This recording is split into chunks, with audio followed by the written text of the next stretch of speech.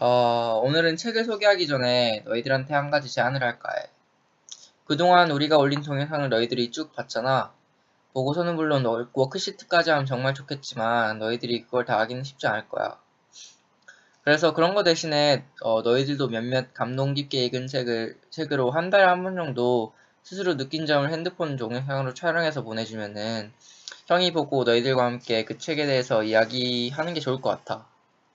1, 2분 정도라도 너희들이 형처럼 그 동영상 촬영을 해보면은 우리가 보내는 동영상도 훨씬 재밌게 볼 수 있고 또 책 읽는 것도 재밌어질 것 같아서 그렇게 하는 게 좋을 것 같아.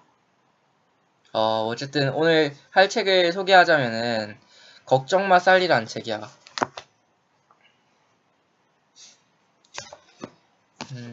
이 책의 줄거리에 대해서 잠시 얘기하자면은 우간다라는 나라의 아프리카 소년 살리가 있어. 근데 이 살리가 병으로 부모님을 잃고 하루아침에 일가 친척도 없는 고아가 돼.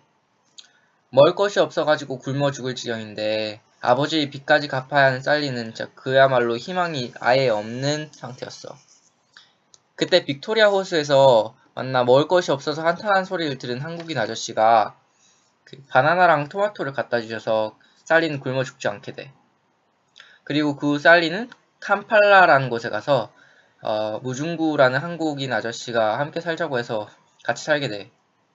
그래서 캄팔라에서는 그 남비 아저씨랑 말라카이 아줌마가 이미 가서 살고 있었어. 그래서 그 살리도 거기 가서 무중구 아저씨 집안일과 가게일 도와주면서 함께 지내게 돼. 그 집안일이나 그 가게일을 조금씩 도우다가 무중구 아저씨 도움으로 살린 학교에 다니게 돼. 근데 학교에서 그 마토보라는 형이랑 친해지면서 그 형 말을 듣고 좀 마음이 흔들려. 그 어떤 얘기했냐면 운 좋게 문중구와 같이 살게 됐지만 언제든 문중구는 떠날 수 있다는 것을 깨닫고 또 주변의 다른 친구들이 얼마 전에 자신처럼 굶으며 힘들게 살아간다는 것도 알았어. 그래서 그걸 보고 살리는 굉장히 우울해. 그런 도중에 그 살리 집에 놀러왔던 마트보 형이 도둑으로 의심받고 또 그 형의 아버지가 경찰에 잡히면서 그 형이 더 이상 학교에 다니지 못하게 돼. 그때 그 살리는 빅토리아 호수에서의 굉장히 비참했던 시간들을 떠올리면서 자신만 운 좋게 도망쳐 나온 기분이 든다면서 펑펑 눈물을 흘려. 그리고 문중구 아저씨는 그런 살리를 보고 그런 살리 마음을 이해해주고 마트보 형까지 학교에서 다시 공부할 수 있게 도와주죠. 근데 그런 문중구 아저씨가 결국에는 나중에 말라리아 병에 걸리게 되는데 살리는 그렇게 자신의 아버지처럼 그 문중구 아저씨가 죽을까봐 굉장히 겁이 나서 어쩔 줄 몰라 해. 근데 그래서 어쨌든 병원에서 치료받고 집에 돌아온 문중구 아저씨는 굉장히 쇠약해져 있거든.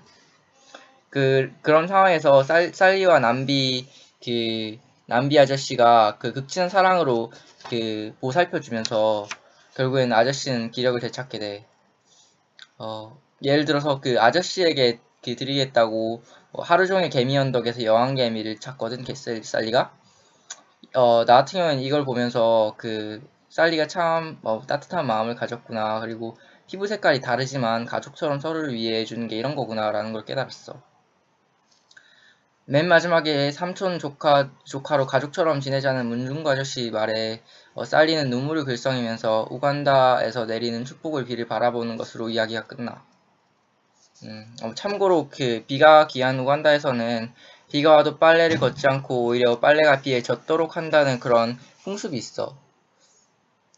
그래서 어쨌든 이 사건을 통해 나는 문중구 아저씨도 우간다 사람들에게 한층 더 동화되어 간다는 걸 알았고 그 모든 것이 서로를 위한 따뜻한 사랑 속에서 이루어진다는 걸 알았어. 아프리카에 굶어 죽는 많은 아이들이 이 이야기 책을 통해 지구 반바퀴 떨어져 있는 풍요롭게 살아가는 우리가